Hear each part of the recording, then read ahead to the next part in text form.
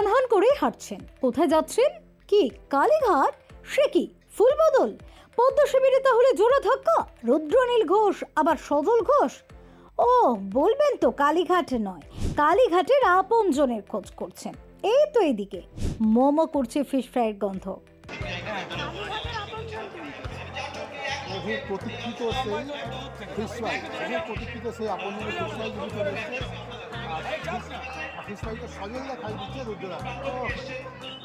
ও রুদ্রদা, কি খাবেন? Fish fry?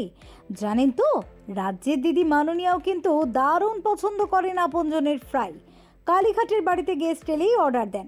আসলে ত্রিনয় হোক বা পদ্ম দিদি হোক বা দাদা, আপনজন সবাই এর পছন্দ। এই ফিশ ফ্রাইয়ের স্বাদের সত্যি ভাগ হয় না। ঠিক করেছেন, চেটে পুটে সাবার করে দিন। ওই জন্যই তো মধ্য কলকাতা ক্লাব সমন্বয় সমিতির আয়োজিত সন্তোষ মিত্র স্কোয়ারে চেটে পুটেতে স্টল দিয়েছে আপনজন। ওদের ফিশ ফ্রাইতে একটা কামড় দিলেই দেখবেন রুদ্র মূর্তিতেও ঠোঁটের ফাঁকে খুশির ঝিলিক দেখা যাবে। একবার খেলে বারবার আসতে হবে আপনাকে কালীঘাটে। ওহো, অন্য কোনো জায়গায় নয়, মন ভালো করতে মন্দির কিংবা আপনজন আউটলেটে আমন্ত্রণ তো রয়েছে।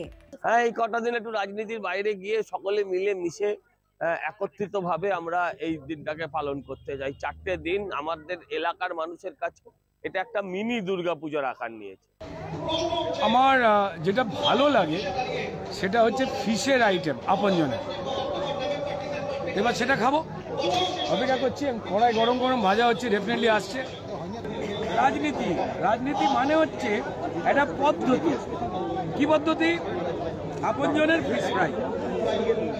আমি অন্য জায়গায় অন্যগুলো বেস্ট খাবো, আপনজনটা ফিশ ফ্রাই খাবো, এইটা হচ্ছে রাজনীতি। শম্ভুনাথ ভৌমিক ও বিজয়া নাগের রিপোর্ট, চ্যানেল 10।